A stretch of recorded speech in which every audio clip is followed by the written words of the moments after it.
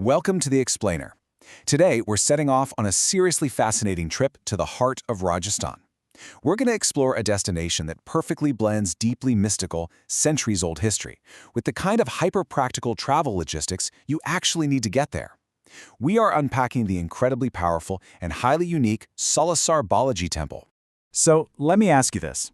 Have you ever seen Lord Hanuman with a beard and a mustache? For most of us, the immediate answer is no, right? We're so used to seeing the clean-shaven, youthful warrior form. But what's striking about this 300-year-old idol at Salasar Balaji is that the deity is depicted exactly like this, fully bearded. It's incredibly rare, and the story behind it is just wild. Here's our roadmap for today. We'll start with number 1, the miracle of Salasar Balaji, and 2, secrets of the sacred shrine. Then we'll shift gears to cover 3, journey through majestic Rajasthan, 4, insider travel and transit hacks, 5, sacred rituals and offerings, and finally, 6, the complete temple circuit. All right, part 1, the miracle of Salasar Balaji. It's honestly mind-blowing to think about how a completely random, everyday farming accident birthed a national pilgrimage site that draws millions of people every single year. Okay, so to really get Salasar Balaji, we first need to talk about the concept of Swayambhu. Basically, this translates to a self-manifested deity. It means this idol wasn't carved by an artisan or crafted by human hands at all. Instead, it was present naturally right there in the stone by divine will. And this specific, incredibly unique stone was actually discovered completely by accident, buried underground in a tiny village called Asoda. Let's dive into this timeline real quick because the sequence of events is literally miraculous. Picture this. It's the year 1754. A farmer in Nagaur is plowing his field when, thud, he strikes something hard. It's the Swayambhu idol. That very afternoon, his wife cleans it off and offers it a humble traditional meal of bajra churma. Meanwhile, that exact same night, a deeply devoted man named Baba Mohan Das has a divine dream 40 kilometers away in Salasar, telling him the idol is coming. The very next morning, the villagers load the idol onto an ox cart to transport it. But get this, the cart inexplicably stops at a crossroads and absolutely refuses to move. It only starts rolling again the very second Baba Mohan Das arrives to greet it. Moving on to part 2, secrets of the sacred shrine. That miraculous journey brought the deity to its permanent home. Now let's step inside the temple itself and explore the rituals and secrets that make this place so powerful. So why the beard and mustache? Well, it signifies the grihasta, or householder, form of Lord Hanuman. It's this brilliant depiction that perfectly combines his traditional warrior energy with the wisdom, compassion, and maturity of an elder. And you know, for families and everyday people dealing with the stress of worldly life, this form is deeply comforting. It represents a mature protector and provider who really understands what they're going through. And let me tell you, the vibe inside this courtyard is just unforgettable. Imagine standing in the warm glow of the Akhand Jyoti. That's an eternal flame that has literally been burning nonstop for 300 years.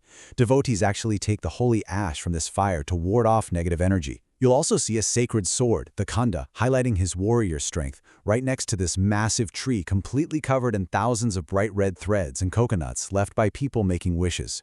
You can also pay your respects at the peaceful memorial site of Baba Mohan Das Ji himself.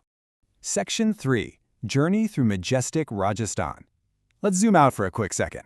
Because before you can stand in that sacred courtyard, you gotta actually get there, right? Now, majestic spots like Jaipur's Amber Palace totally put Rajasthan on the global tourism map, and they're gorgeous gateways.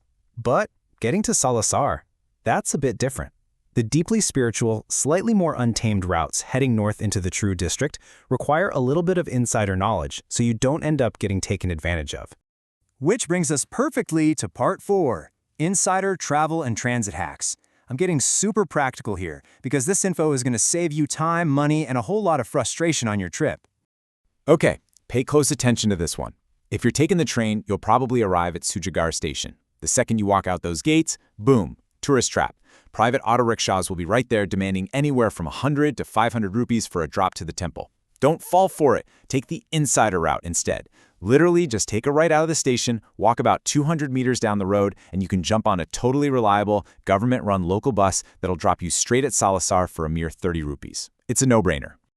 Oh, and here's another huge pitfall you need to dodge, the luggage trap.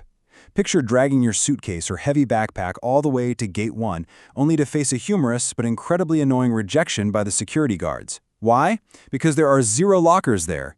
Gate 1 is purely for folks traveling light. If you've got bags, you must head directly to Gate 3, which houses the official secure luggage counter. Knowing this ahead of time will save you a very sweaty, stressful walk back through massive crowds. All right, on to part 5, sacred rituals and offerings. Now that we've totally eliminated the stress of transit and luggage, let's transition back to the beauty of the temple, specifically the sweetness of its traditional offerings.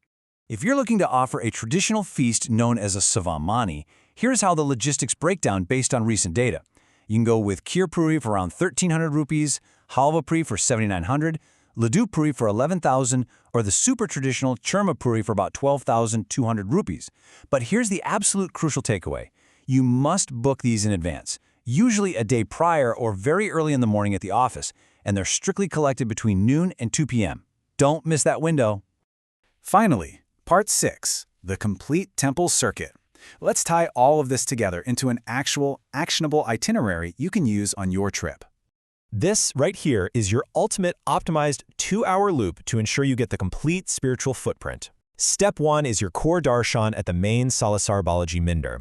It's actually highly efficient, usually takes just 10 to 15 minutes on a regular weekday. From there, Step 2 connects seamlessly. You just walk or grab a quick e-rickshaw about 1.5 kilometers down the market road to the Anjani Mata Mandir. And then Step 3 is literally directly across the street at the stunningly peaceful Shri Tirupati Balaji Mandir.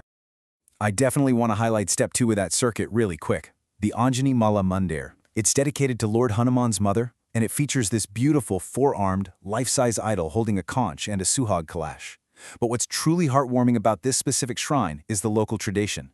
Devotees travel from all over just to deposit their very first wedding invitation card right here, seeking the mother's blessing for a happy marriage. It's such a beautiful touch. And I think that brings us to the real heart of this entire explainer.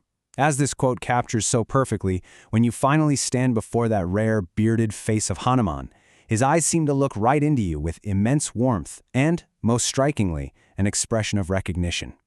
It leaves us with a pretty powerful thought, right? A pilgrimage to Salasar Balaji isn't just a simple temple visit. It feels as though the deity already knows you. So, when you finally stand before him, will you feel like just another traveler? Or will you realize you've simply come home?